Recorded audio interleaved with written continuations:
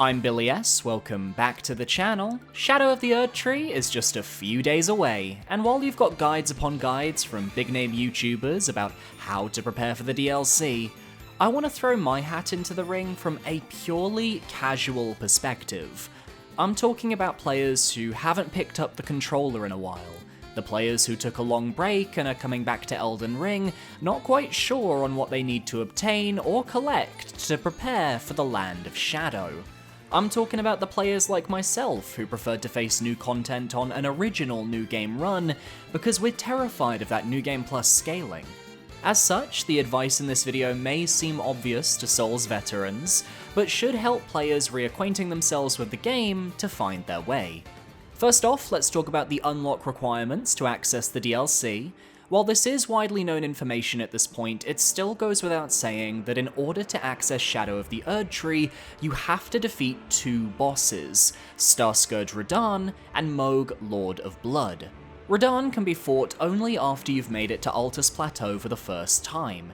Head to Redmane Castle in Caelid, and you'll find it open for various warriors to challenge the Radahn Festival.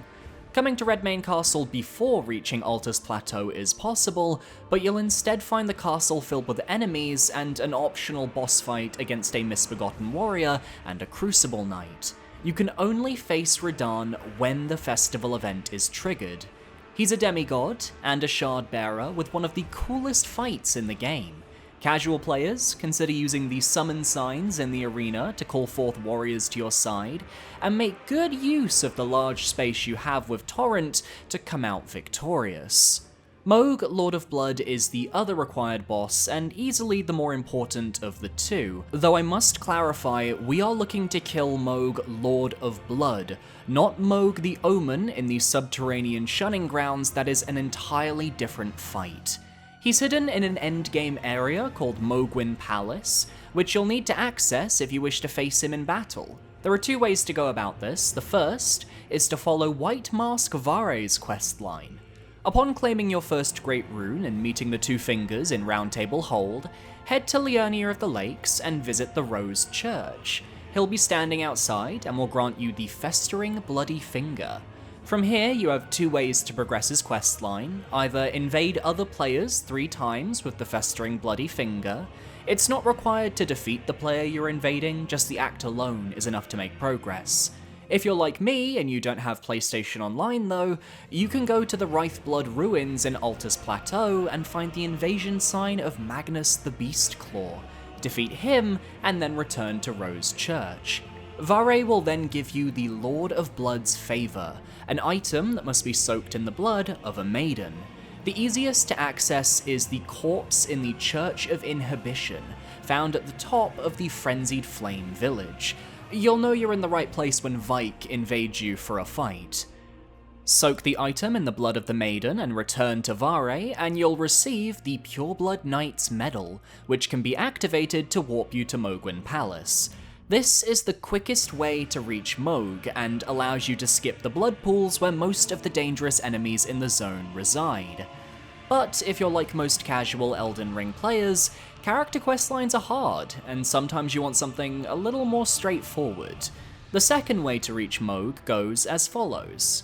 Head to the village of the Albinaurics in Aaviier of the Lakes, and talk to Albus to retrieve his half of the Haligtree Medallion. Later in the game, upon reaching the mountain tops of the Giants, head to Castle Sol and defeat Commander Nile. Use the elevator behind him and claim the other half of the Haligtree Medallion, go to the Grand Lift of Rold and use the Haligtree Medallion when prompted to access the path to the consecrated snowfield. Make your way to the western side of the zone, to the northwest of the Yellow Annex ruins, where you'll be invaded by a sanguine noble. Kill them and use the waygate found in this area to warp to Mohgwyn Palace. You'll know you're in the right spot because the teleporter is absolutely covered in blood. This path takes you to the far side of the Mohgwyn blood pools, which on the one hand you have to make it through this vast area filled with tough enemies to reach the main palace. On the other hand, killing all the Albinaurics near this site of grace is the best rune farming spot in the game. Defeating Mohg requires a lot of skill. He's a tough endgame optional boss. Don't be afraid to use Spirit Ashes, summons, or some just Gouda cheese to get through the fight. But for casual players, Mohg's Nihil attack will come as the biggest surprise. It causes blood loss on the player 3 times, and heals the boss as he casts it, starting his phase 2. To block this attack, you need to visit the second Church of Marika on Altus Plateau, and defeat the invader Eleonora, Violet Bloody Finger. Doing this will grant you the Purifying Crystal tier, which you can slot into your Flask of Wondrous Physic. Then simply drink the potion as he uses the Nihil move to avoid its effects. Once he's been defeated, you can then approach Miquella's Egg, and if the DLC is installed and out, it will open for you. Shadow of the Erdtree is going to come with a whole host of brand new weapons and spirit summons for you to try out. And there's nothing worse than finding a brand new item you like the look of, only to realize you don't have the materials needed to upgrade it. This can be mitigated, however, through the use of bell bearings. Certain dungeons and bosses will drop bell bearings that allow the Twin Maiden husks in the Round Table Hold to sell infinite upgrade materials. For regular smithing stones, there are 4 smithing stone miners bell bearings to collect. The first is dropped by the Crystallian boss at the end of the Rhea Lucaria Crystal Tunnel dungeon. The second is found in a hidden chest in the Sealed Tunnel in the capital outskirts. The third is found in a chest beneath the Zamor ruins in the mountaintops of the Giants. And the fourth is obtained via the story for killing the Godskin duo in Crumbling Farum Azula. For Somber Stones, which allow you to upgrade your special weapons, there are 5 Somber Stone Miners bell bearings to collect. The first is dropped by the Falling Star Beast in Celia Crystal Tunnel. The second is dropped by the Crystallian duo boss in Altus Tunnel. The third is found on a body outside the First Church of Marika in the mountaintops of the Giants.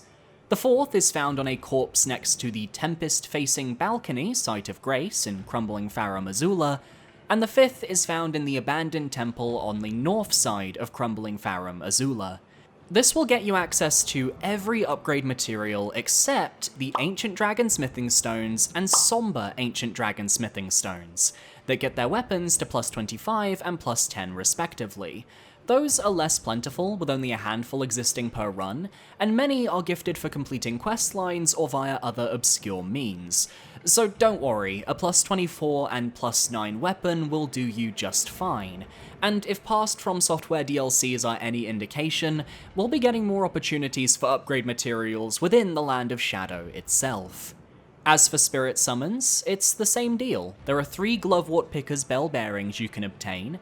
The first is dropped by the Erdtree Burial Watchdog boss in the Wyndham Catacombs. The second is dropped by the Ulcerated Tree Spirit in the Giants Mountaintop Catacombs. And the third is in the middle of a lake in Crumbling Farum Azula in the area with all the worm faces. There are 3 Ghost Glovewort Pickers bell bearings to find as well. The first is found on this corpse in Nokron Eternal City. The second is found in a chest in Noxtella Eternal City, and the last is found all the way at the end of Elphael Brace of the Haligtree. They really wanted you to work for this one. This'll get all your summons to plus 9 in no time, though if I had to recommend spirit summons to give the plus 10 treatment, the Mimic Tier and Black Knife Tiche are the obvious pair, but pretty much any of the high quality spirit ashes are worth the effort. Now, my knowledge on player builds is severely limited. I'm really not a stats guy, nor am I someone who worries about weapon scaling, affinities, etc. I firmly believe that you can take any weapon and make it viable, and you should just play whatever feels fun to you. In that same vein, players should be allowed to level up their character however they wish, put your stats where you want, and remember you can always spend a Larval tier to respec at Renala. I'll leave a link below to the Larval tier page on the wiki in case you need locations, but there's more than enough per run to give you a lot of freedom with your builds. However, contrary to the discourse it stirred up on Twitter, casual players, please be sure to level your vigor to at least level 50. The DLC is going to feature endgame enemy scaling, and it can be very easy to underestimate the value of having more health to play around with. New enemies, new experiences, you're going to get hit, you're going to learn a host of new boss fights, and you need a safety net so you're not dying in 1 to 2 shots. Part of why Elden Ring was so difficult at launch was because people didn't recognize the importance of leveling your vigor. It's why, in my first playthrough, I struggled with Elden Ring's endgame. But in my recorded run last year, I leveled my vigor appropriately, and a lot of my frustrations vanished. If you need an extra boost, try wearing the Crimson Amber medallion as well. You can get the +1 variant in this room in the Volcano Manor behind a Stone Sword key door, or the +2 variant in Leyndell Ashen Capital at the end of the game. You can also use Radahn's Great Rune, which gives you a hefty buff to your maximum HP, FP, and stamina, as long as you have the rune arcs to cover it. Then there's the Erdtree's Favor +2 found in the Ashen Capital by taking the elevator from the Forbidden Land Grace and heading back in the direction of Leyndell. You'll find it on this branch in this big area with 3 ulcerated tree spirits. It greatly raises maximum HP, stamina, and equip load, making it extremely useful when paired with other HP buffs. Naturally, you should also go and obtain every upgrade for your healing flask, collect all the golden seeds you need to fully upgrade your amount of heals, and check every single church in-game to collect the sacred tears needed to upgrade your healing potency to +12. I'll leave a link below to both the Golden Seed and Sacred Tears wiki pages so you can find them at your leisure. I'd also recommend collecting all of the tears for your Wondrous Flask of Physic. That will help you tremendously with build variety. In terms of levels, you'll want your character to be over level 100 without a doubt. This sounds daunting, but if you've been killing a lot of bosses and doing a lot of side content in Elden Ring, this is a manageable and reasonable place to find yourself at the end of the game. In fact, I'd actually recommend completing the base game first. Once you defeat the Elden Beast and choose your ending, you don't have to go immediately to New Game Plus. You can stay in your first run and clear up any loose ends before starting the DLC. Use the aforementioned rune farming technique at Mohgwyn Palace for easy level ups, and consider cleaning up any caves or catacombs that you may have missed along your journey. If you're a casual player, you definitely missed a couple, and the extra experience and rewards are quite useful for giving you more variety to play with when it comes to your builds. Shadow of the Erdtree will have its own balancing system in place, separate from the rune leveling system though, a new leveling element that allows players to choose the challenge intensity.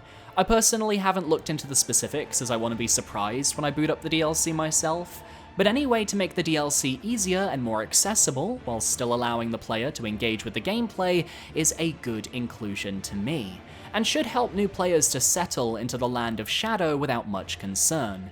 And lastly, if you haven't played Elden Ring in a while, you likely have some field bosses and other major enemies still to fight in your version of the Lands Between.